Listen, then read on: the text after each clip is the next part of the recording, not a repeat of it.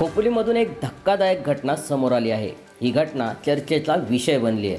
खोपोली नगर परिषदेच्या बसमध्ये महिला वाहक आणि एका महिला प्रवाशाची फ्रीस्टाईल हाणामारी झाली आहे। या घटनेचा व्हिडिओ चांगलाच व्हायरल झाला आहे। सुट्ट्या पैशांच्या वादातून हा राडा झाल्याची माहिती समोर येत आहे। शेवटी प्रवाशांच्या मध्यस्थीने हा वाद मिटवण्यात आला आहे। घटनेबाबत अधिक माहिती अशी की खोपोली नगर परिषदेच्या बसमध्ये हा धक्कादायक प्रकार घडला आहे। सुट्ट्या पैशांच्या वादातून प्रवासी महिला आणि महिला वाहक यांच्यामध्ये तुफान राडा झाला। या महिलेनं तिकीट काढलं, मात्र वाहक महिलेकडे तिकिटाचे उर्वरित पैसे देण्यासाठी सुट्टे पैसे नव्हते।